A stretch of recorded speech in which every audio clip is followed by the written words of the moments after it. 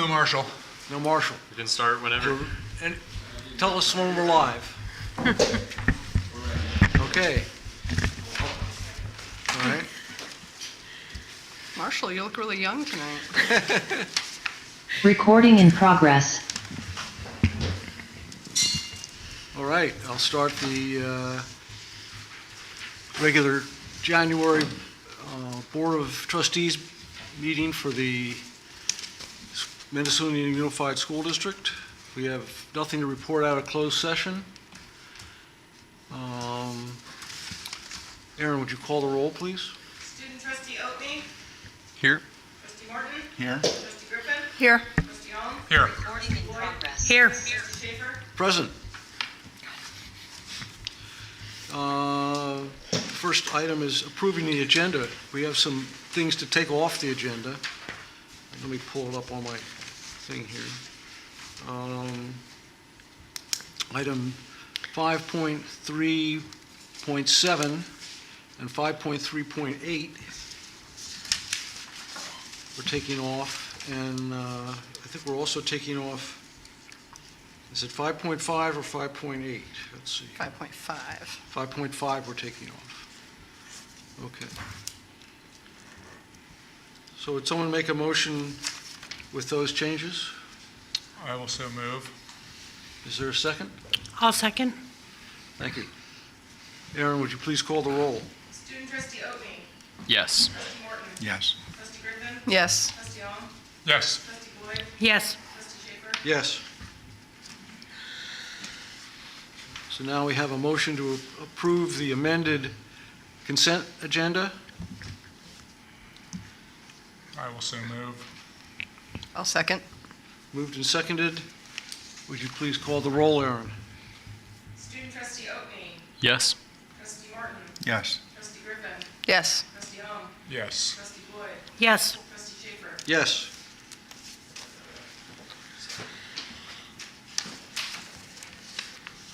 Okay.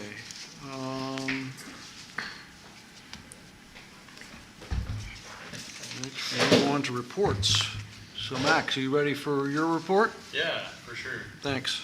Okay, I think the main thing for me to say is that we're kicking off our scholarship application season for the seniors.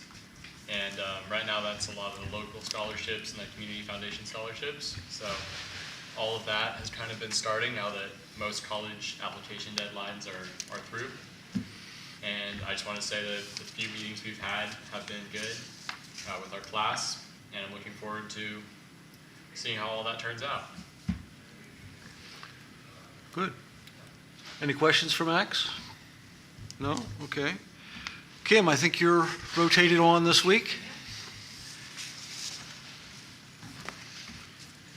All right. I just wanted to highlight a couple of our programs today, and I wanted to start off with the TK through 5th grade music program that has been happening this year. Aaron will pull up something, but Angie Hyman has been the one running the music program, and she's been doing a fantastic job. So I just wanted to give a shout out to her. So as I said, it's for TK through 5th grade students, and they go once a week and work with Angie. They do a lot of singing. They also do work with instruments, and they also get to create their own music, which the kids are super excited about. They create their own songs and their own music there. Aaron, you can go on. She also is really looking at how to push and change and add to the program, which I super appreciate. She and I meet pretty regularly about it. And she tries to include, right now, even though she's only working with TK through 5th grade students, she tries to include the middle school students as much as possible. So she'll pull them in during their lunchtime to work with the group she's working with, or to highlight if she's working, teaching the kids about piano. There's a few students who play piano. She'll ask them to come in and work with them. And then we're really excited about next semester, starting after the 23rd, she is going to be co-teaching an elective called the Mendocino Music Machine for the 7th and 8th graders. So we're very excited about that, where she'll be in there 1 to 2 days a week teaching music to the 7th and 8th grade students. So I'm just super excited about this program. Angie's been fantastic, and to see where it has the potential to go is exciting. And I have a couple pictures of the kiddos. They've been playing the ukuleles, and she plays guitar with them. And yeah. Video, so you guys can hear some of the music. Maybe.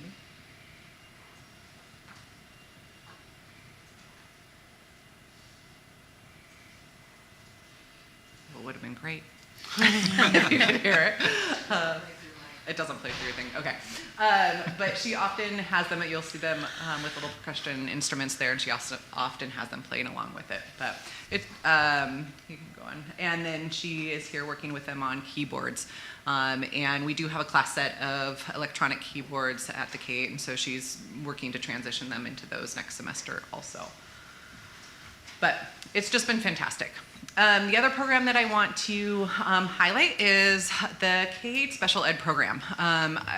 This team of people have been doing an amazing job at the K8 in supporting our students in the way that they need and working with families, building the relationships.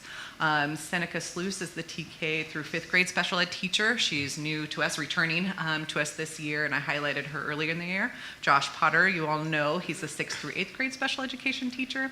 Samantha Scouran does district-wide speech. She's our speech and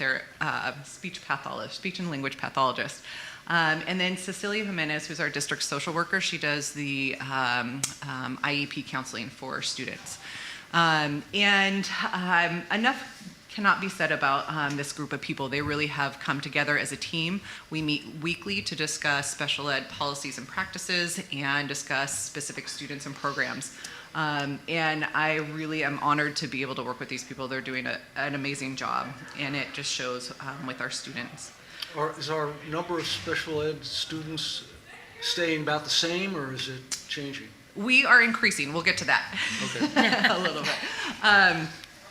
So this is kind of special ed numbers. We are 48 students right now, and that's a little bit higher than it has been in the past, about 19%, and the state always wants us to be around 13%. And we fluctuate up and down over the years, but I feel like we're on this trend of increasing our special ed qualifications.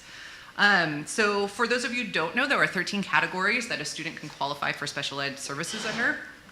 And then I've broken out the disability portion of what is reflected at the K8.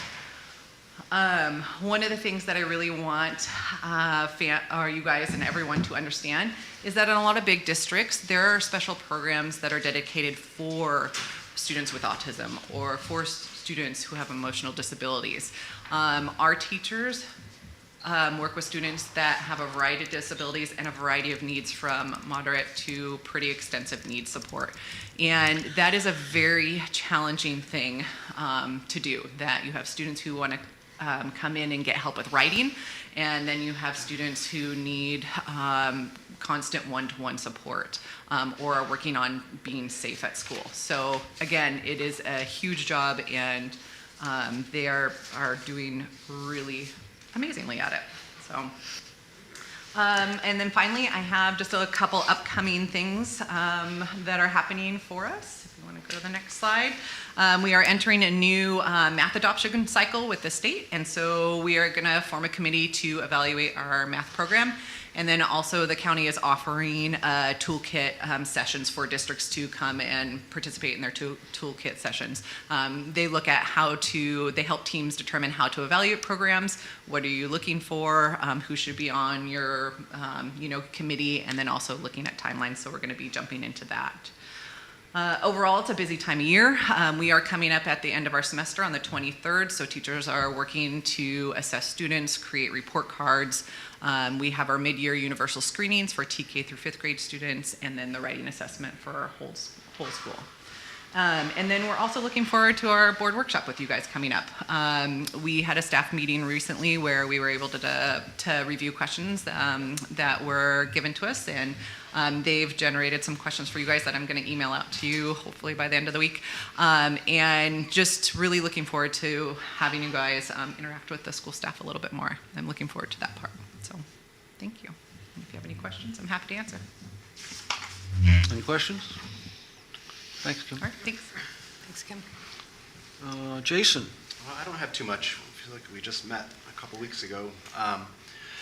But the construction on the water tank project is moving right along now. All of the tank materials are on site. They're pouring the foundations.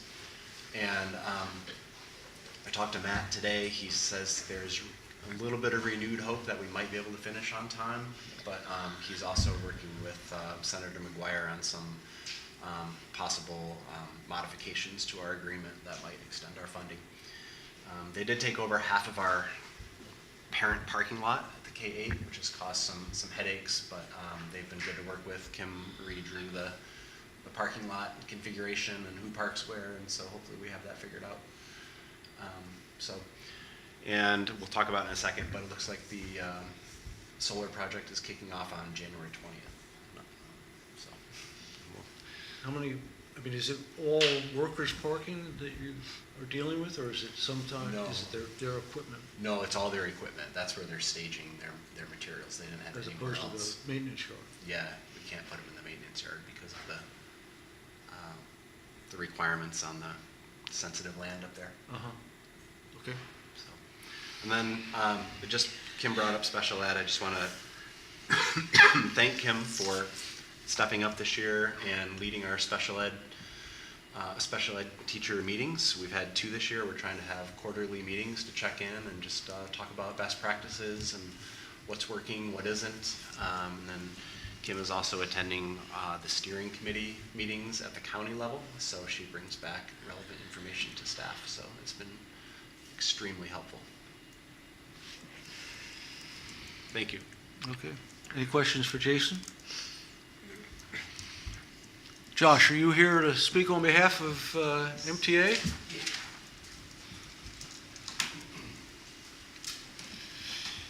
It's been a while since I joined you guys in person. I'm glad to be here. So happy 2026.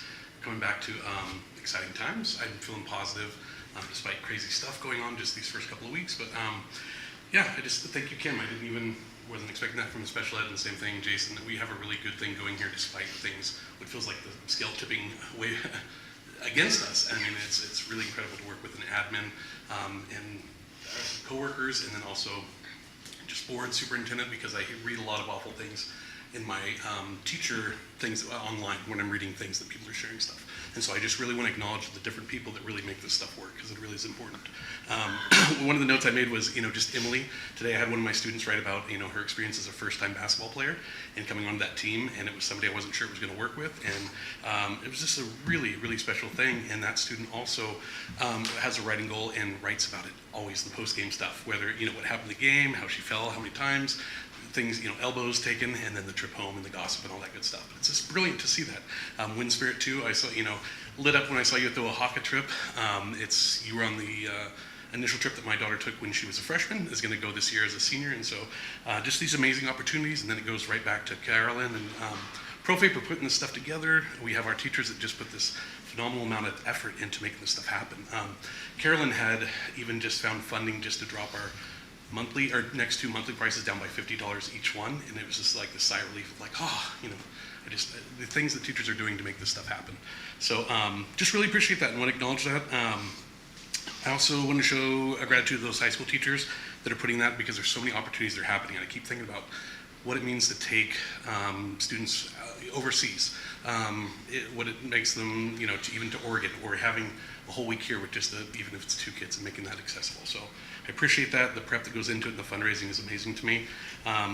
Also want to give a shout out to Sage Anderson, because she is putting on the 8th grade field trip. I think it's our 4th year. I'm losing track. This will be 3. 3? Yeah, you've gone with us, yeah. And so we're going to go down the Bay Area. We're going to take a tour of Berkeley. We're going to go to the Chabot Space and Science Center, which we've done before, and then Oakland Zoo. And just what a fantastic time that is. But the fundraising starts, and I'm just like, all right, here we go. And part of me is grateful that we don't have a ton of money to just throw at this stuff. It's really cool when we do the fundraising and come together and try to work these things out. And what I don't like is the stressful part when it gets down to it, but it's amazing how these things work out when people pull together. Also want to acknowledge Pamela Duncan did that 8th grade trip for years before COVID hit, and just, man, how hard it's been to upstart things after they've shut down has been one of the things I think about a lot, is just getting these things going. And so A lot of teamwork. Last but not least, Mr. Marshall Brown, he's not here, but he's got 8th grade dance tomorrow. He's got the 24-hour radiothon. I'll be there on the evening shift to help him out. But 8 a.m. Saturday to Sunday morning will be student content from the morning to the end of it. So please tune in. Max is one of our lead guys here. Enzo, brilliant radio shows. So please just keep it dialed in, let people know. And then, yeah, that's it. Really, what Kim said too, looking forward to you guys coming to having your board meeting at our session. I think it's gonna be really good. I kind of felt like there were we have a lot of teachers who tune in, they know about the board, but then a lot we're not totally sure. Yeah, and how funding works and all this different stuff. So I'm really looking forward to that and appreciate you all making the effort to be there. It really does matter. So thank you. Any questions? We're good to go? Okay. Thank you guys. Appreciate Thanks, it. Josh. Thanks, Josh. Do we have anybody from CMIS online? one. No? Okay. Board trustee reports. Mark? Nothing tonight. Don't have anything tonight. Okay. Nothing to report. Nothing. I'll just report on, I attended a CSBA seminar on the governor's new budget. And I guess the headline is that there's supposed to be more money for education, but the bottom line is it's all in the details and they haven't been spelled out yet. So stay tuned. A little ahead of 5:30, so we'll go on to item 8.1, discussion of the construction update phase 3. Jason, are you leading that or Windspirit? Well, part of your board packet, there are updates from Centrica and GHD, which I'm sure you've seen. But as far as the phase 3 projects around here, the latest is that the siding of the east side of the wood shop is now in, the windows are in, and the two exterior doors have been replaced as well. So, and he's also working on the railing going up from the parking lot to the Performing Arts Center too, because that was very rusty and the wood needed to be painted. So he's working on that as well. And eventually, we're going to have to meet as a facilities committee and ultimately as a board to determine if we want to extend that or end that position. But I think it's one of the great decisions we made is to create that position, because I think that he's been very productive, and I think it's been he's also just helped out wherever needed too. So it's good to have that person on site, and I think he's doing a great job, and I think it's ultimately saving us money. Any questions or comments? All right. Move on to 8.2, discussion of the preschool model at Greenwood Preschool. Yeah, so there's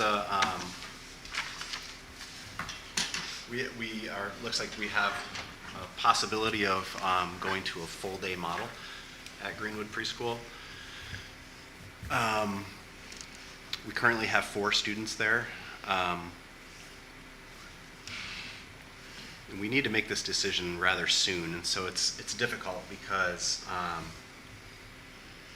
there is a thought that if we go to a state or a full day, that we would have more students there.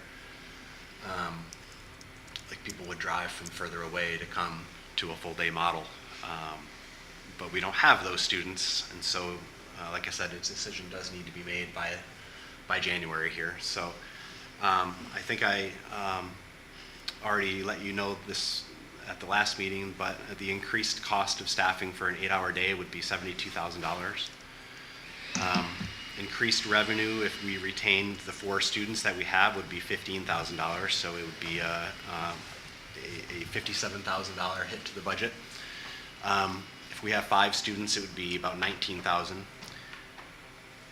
So we currently have 5 state preschool slots, so then each additional child would need to be private pay, and that would bring in about $10,000 each. So, if we did have 8 students, we would, let's see if I could do some quick math here, about 40, we would be pretty close to breaking even, but we'd still be down about like 10 or 15,000. So it's a tough decision because kind of like the if you build it, will they come kind of thing, you know. But I don't know, given all the work that we've done on our budget and to have such a positive budget that we experienced at the first interim last, when we looked at it in December, is that I think it's too big of a gamble to take right now.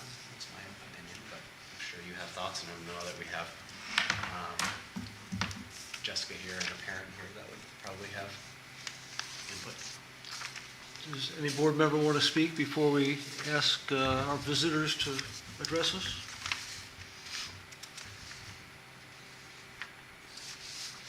Jessica, you want to come up with your...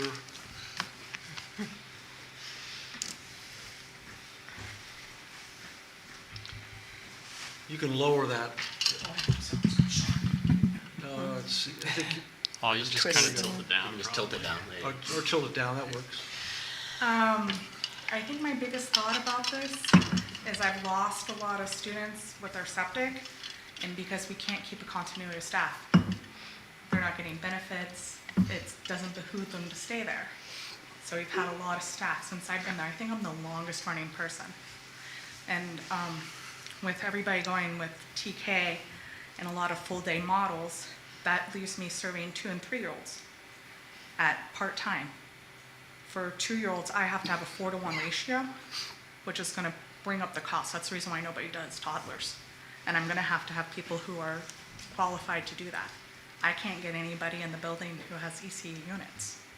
So I'm concerned in the long run, the viability of our program if we don't move forward to full-day models. And that's all I have to say. Can I ask a Sure, come on. Thank you. Just introduce yourself, please.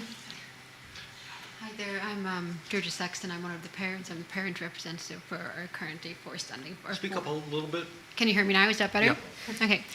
I'm also Irish, so sometimes I need a cue to like slow down or increase my volume. So I'm still the parent rep for families that are at Greenwood, and I saw most of you before Christmas. And as Jason mentioned, like we have had a larger cohort, and then we lost that with the septic issues and I guess the inconsistency with regards to confirmation about reopening. But we have 4 very solid families. We have 3 4-year-olds, and we have 1 3-year-old. And this puts us in the position where all the families want to continue with the program at Greenwood, and all believe that premature entry to formal education is not necessarily in the child's best interest at the moment.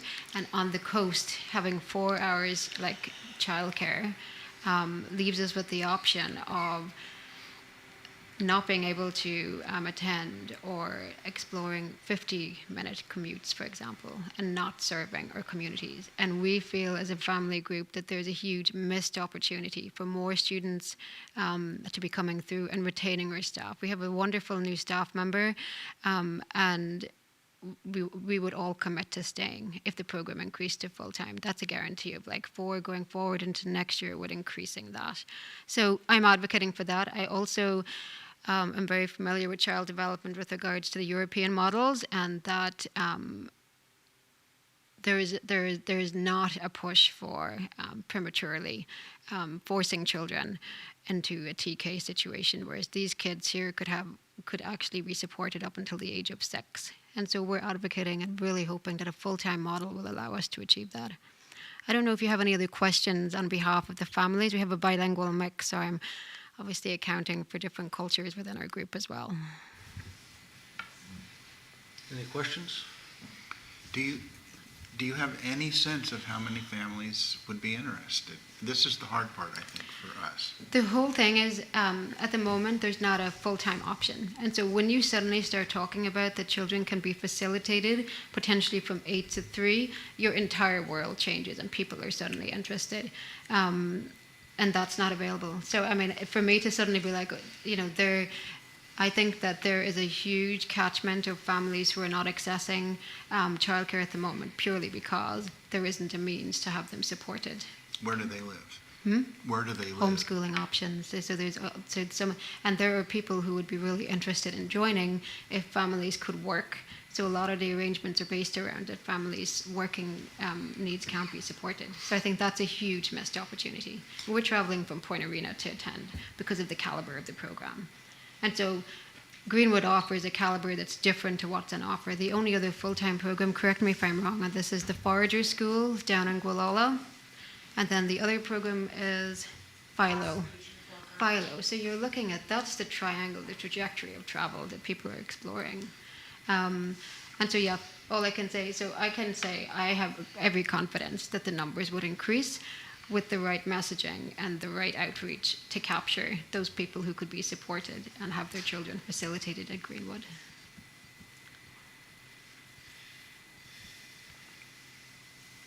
So it would be wonderful to get an answer of like full support for a full-time program, and we will do all we can to support as families to enact that and support Jessica and to support the new staff member and Jason, obviously.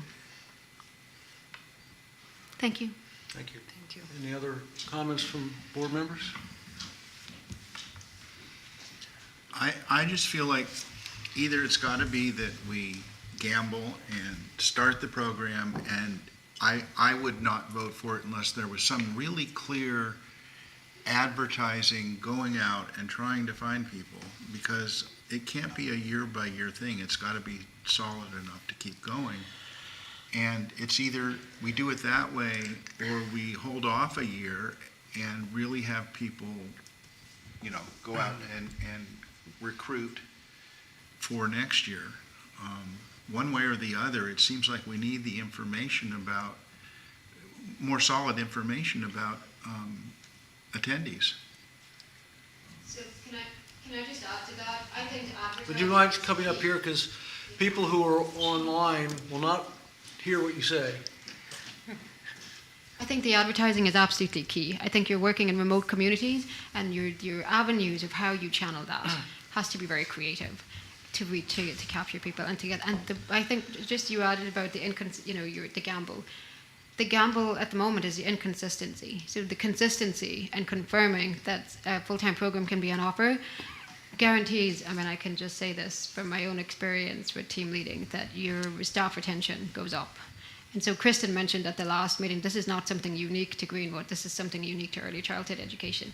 And so that's one barrier to overcome in securing that. And absolutely, I agree with you that advertising is absolutely key in all of this and having the full support of that.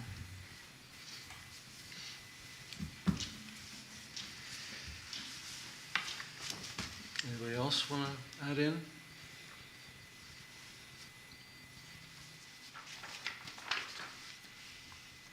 I guess it's yet another challenge of what do we prioritize. I was reading over Emily's shoulder, she was Googling the cost per student in the state, and yet it's not a business. The kids don't generate, the attendance isn't really the generating, we're not making money off the kids. It's not a business with, more kids. No, if we were, we'd be very bad at it. Right, exactly. And so I do frequently circle back to what Mark has said his entire time on the board about the importance of the early childhood education. And I agree with that. And then we have all these other demands of staff that haven't gotten the raises we'd like to give them, et cetera, et cetera, et cetera. And I appreciate that you believe that the children are there. Are they really? In Elk, I'm not sure. And we spoke about this a month or so ago. It seems like sort of an anomaly that we have this program there and not in any of our other locations. It's as rural as Compshire or Albion, I think, maybe more. I'm not sure. But it's happening, and there's support for it. And that's the other piece of me is like, where we have people that want to continue a program, let's support them. Because that's what's the most critical. It's not necessarily the program in the abstract, it's the people that are providing it. So I guess I'm a bit on the fence. Mm-hmm. Jason, Oh, go ahead. Is it possible to go forward and say we're going to have a full-day program. And then if the enrollment isn't there in June or August or wherever you decide to cut it off, Yeah. that you revert to the kind of program we have this year. I mean, it seems like it. I think that they would just, we get different allocations, and I think that would just change, but I think that that's possible. I was gonna say that currently there's one full-day preschool, and it was done as a pilot in Mendocino County to see if that would work. It was a preschool associated, or it was in Ukiah, I think it was associated with MCOE. And so what I wonder is why aren't other preschools going full day? You know, that even with this option, only one other one, I believe it's in Round Valley, is going full day. So is it the cost? Is that why other districts aren't doing it? That's so. But I could find out if we, you know, if that's my direction, you know, to find out if we can indicate full day and then pull it back. Okay, I know you raised your hands, if you come up and contribute. Many state preschools are keeping with half-day models because they're doing 2 half-days back-to-back, and their TK students for the days that are doing 4-hour days are coming into the state preschool. That's Covolo's model. Point Arena actually has such a large... Please, can you say that again? Just explain that, please. So Covolo, what they're doing is they're doing part-day state preschool in the morning. They're serving like the 3-year-olds. The 4-year-olds that are at TK come back in the afternoon program. So both of their programs are enrolled with kids, 3 and 4-year-olds. And we're rural, unlike most of these places like Fort Bragg. They have 2 state preschool programs running 3 hours back to back because they have a huge special ed population. And the only place they have for their students is Glass Beach, which is full-time, or the Head Start. They're piecemealing, the parents are, for that, but they have the population to do 2 back-to-back programs. Am I right, and Jessica, maybe stay there for a second. Am I right that we could go up to 8 students with 2 people in the room and satisfy the 4-to-1 ratio, but if we had 9 or 10 students, would we have to then hire a third person? Does that only depend on if we have 2-year-olds? If we have 2-year-olds right now, for 2-year-olds, I can do 2 2-year-olds and 3 to 4-year-olds and be within ratio and safe. I don't want to go over 8. But if we have to start serving just 2s, it's going to be me, 4 kids, because my assistant's going and she's doing food.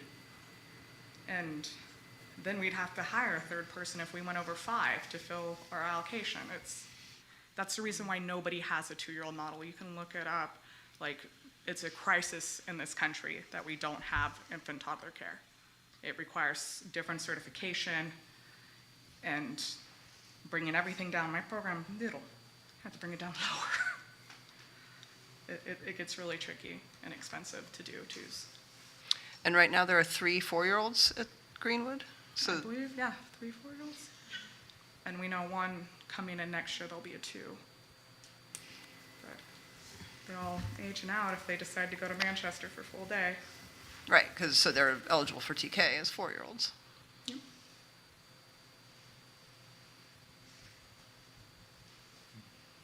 Thank you. Does someone want to make a motion?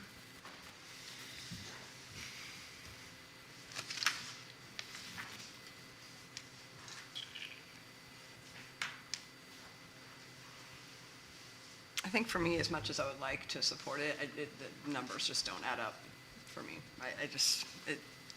It feels like chasing good money, bad money after good, whatever the expression is.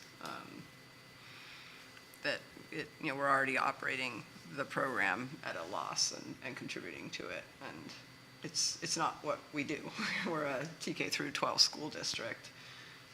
We don't have any other preschools in the district. It is sort of an anomaly of historic situation, and I just don't know if I want to double down on a model that is already costing us more than it probably should. So I'm hesitant. I'd kind of like to see what the numbers would look like if we had 8, if that's sort of the number, what it would look like at different levels and what those numbers would look like, because I'm okay spending a little money, just not a ton, So, and I'm not totally clear on the current numbers we have in the packet and exactly what that looks like, so maybe having a little more information at a few different levels of 5, 6, 7, 8, 9, 10 students to better understand that would probably be useful. But I'm also, I don't know if those kids are there in Elk or the surroundings to, you can't make kids. I mean, some people can make kids, but, Kim. I wanted to ask a clarifying question. Just, Jessica, you had said that if you don't do the program for next year, that they would age out and go to Manchester? Is that? Manchester has a full-day program. Oh. A lot of them want to come ahead to you guys at Mendocino K-8 and then try to do the Right. after-school community program. Okay. They're trying to piecemeal full days. Okay, that was my question, if they are Manchester Unified students or Mendocino Unified students. I get both. Yeah, so that's something And I our would. TK goes how? Is it a half-day program or Yes, yeah, Okay. 8:30 to 12:15. And is all of our TK from up here, none of it's from south? Correct. I don't believe we have any transfers. We have some TK students in And, Albion. yeah, right, we have TK students at Albion and Comshy too. Yeah. But, yeah, But not Elk. I don't believe believe so. so. Yeah, I don't think so. Yeah, so that's something I would take into consideration too, if we're building this program for another unified school district students. That's something to consider. I think I agree with Emily. Unfortunately, I don't want to, but I do. Sound like my wife. I taught at Greenwood School when there were 33 students. I have photographs to prove it.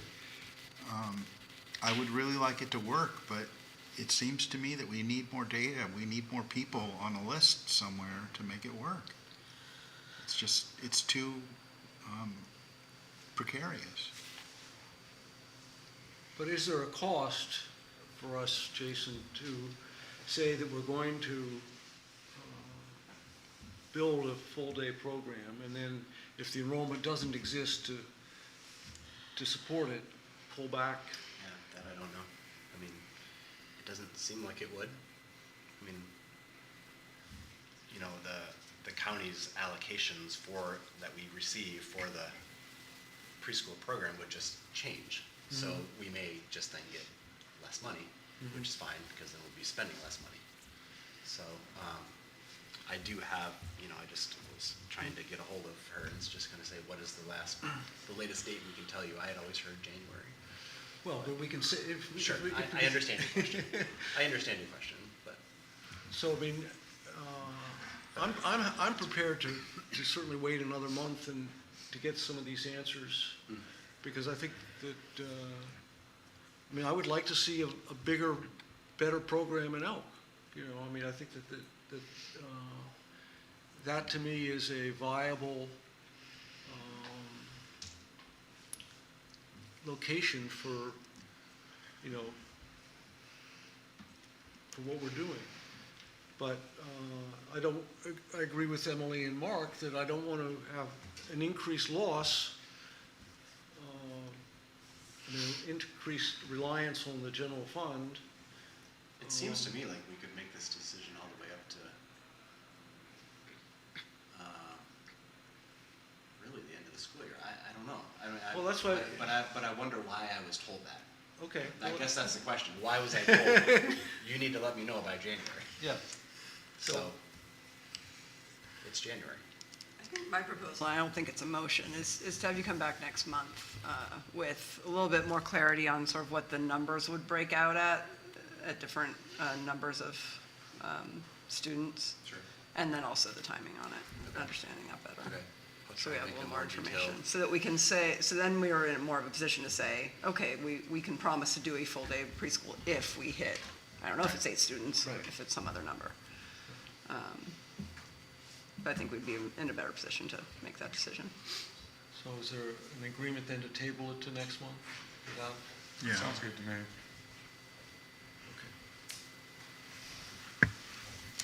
So just according to my calculations, if we had 8 students, 5 of them were state preschool and the 3 were private pay, then we would be $23,000 short. Is that $23,000 in addition to what we already are short?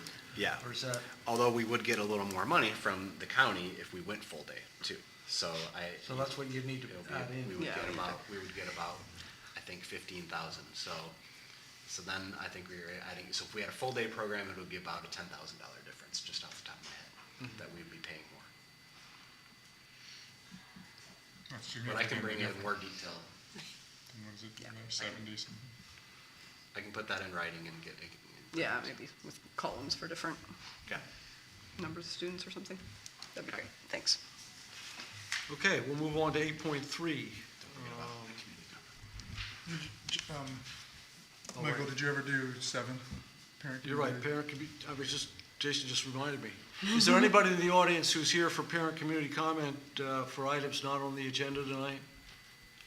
Is there anybody online? I see no one online. Thank you. Okay, we'll move on to 8.3. Board policies, the first reading of Board Policy 9270, conflict of interest. Did you want to start on this, Jason, or? No. Yes, I would, but I don't know, let's see. So I believe that there is a red line version It's amazing, in your packet. for the record. Yes, put that in the record, please. So, yeah, no, just, these are required changes that are recommended to us by CSBA. It seemed to me that it was 4 times as long as the one it's replacing. I guess they had to. Yeah, there's this whole new section about the campaign contributions that takes up another whole page. Yeah, there's Yeah. not terribly relevant to us since we don't have a democracy here on our school board.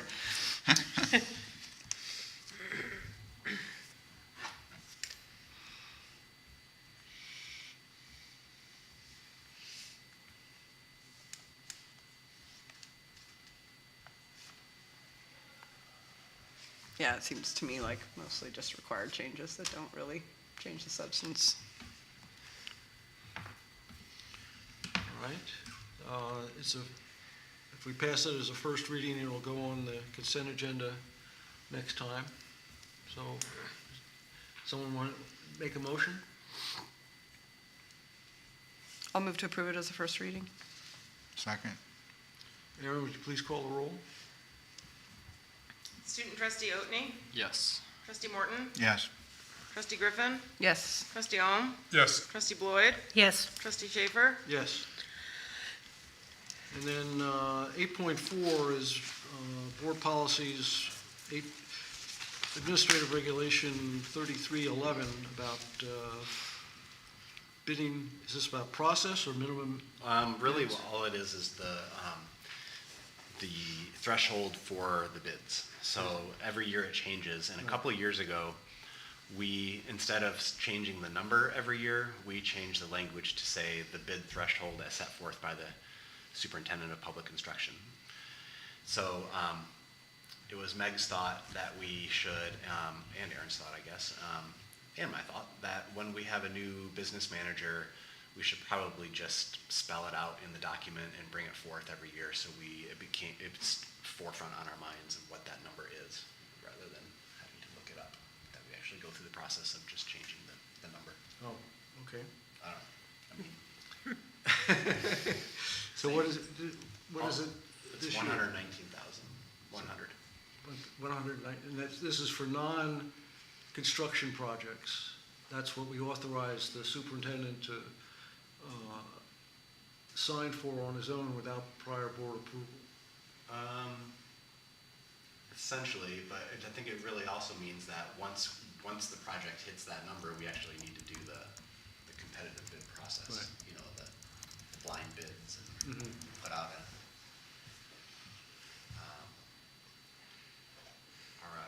Yeah, RFP. RFP. Yeah. Okay, any questions? Just wondering whether it's really easier for us to pass a new policy every year than to Google bid threshold superintendent of public instruction.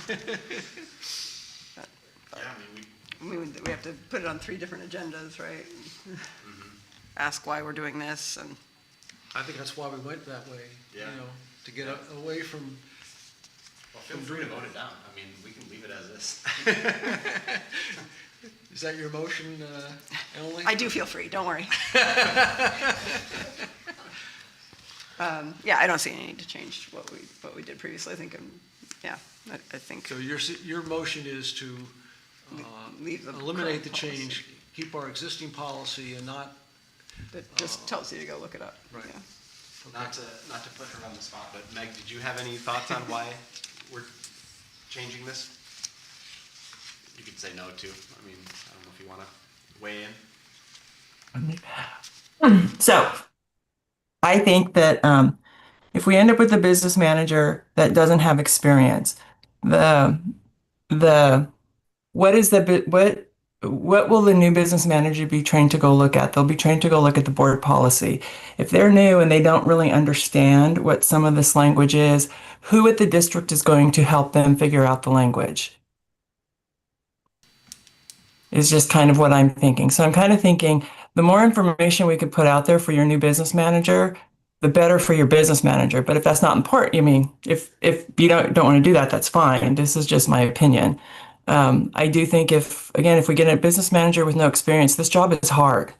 And if we don't give them all the tools that they need, and we don't give kind of the tools to the district office for the people who are in there who may not have experienced some of this stuff, then I think you're going to have some things fall through the cracks. But you know, it can stay the way it is. I hear your concern, Meg. I guess my response is that there are probably 50 or 60 of things of the same category, and is it really simplifying it? The training that's involved in becoming a business manager should include things like, the limits for contracts, when bids have to be made and that kind of thing. But it's just one of what I would think is a whole checklist of knowledge and responsibility that they have to gain, hopefully sooner rather than later. Right. That's a true statement. I just, again, I just feel if we have somebody without experience, they're really not going to know where to go look unless they have some kind of mentor to help them through it. But if we get somebody with experience, they'll know where to go look. But Sentence to the policy that says this amount is determined yearly by the superintendent of public instruction and can be found by Googling it, by looking in public sources for the information. I get the concern. It doesn't weigh in favor of putting that amount in every year and changing the policy every year. I think it just weighs in favor of maybe clarifying what the superintendent of public instruction bid threshold is by adding another sentence to that effect. So, I mean, it's something that they publish every year on California websites. So, how about if we bring it back as a first reading next time? With a sentence with explaining that it. sentence in there. And will you take responsibility for drafting a sentence? Oh, dear. Sure, but I'm going to charge you. Double your usual rate, right? All right, thank you, I'd be happy Emily. to. We really appreciate your expertise there. And Meg, I think it would be helpful if you do inform us as this hiring process goes on, sort of a list of things that you think the board should be doing to help the new business manager in their job.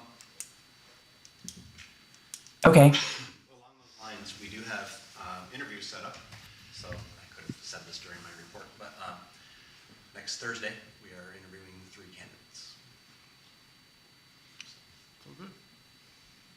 Yeah, I think it would be great if there was a real focus on ongoing training, assuming that we get somebody who isn't like Meg. It just seems really critical. She's right, it's a really hard job and it's incredibly complex. And it really makes a difference as to what this district is.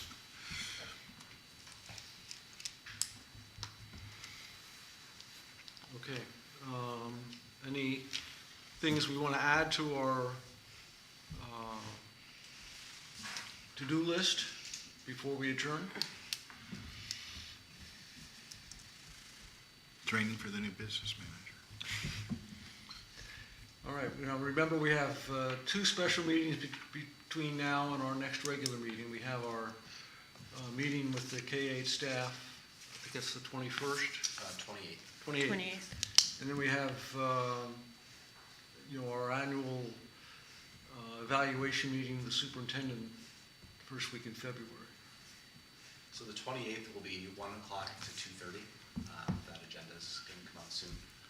And we'll start out in a board meeting-like fashion, and then we may have to do an exercise where we just kind of split up and meet with teachers at different tables, and we have questions, and we talk about it, and then we report out to the group. So Okay. it'll be a different format for sure. And then we're going to be doing the same thing in March, on March 11th, I believe.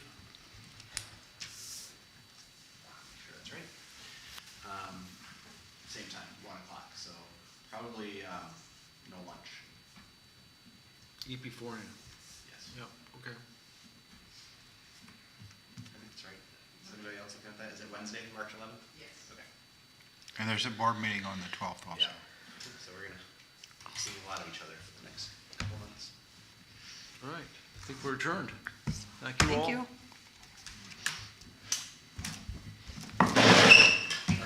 I gotta go.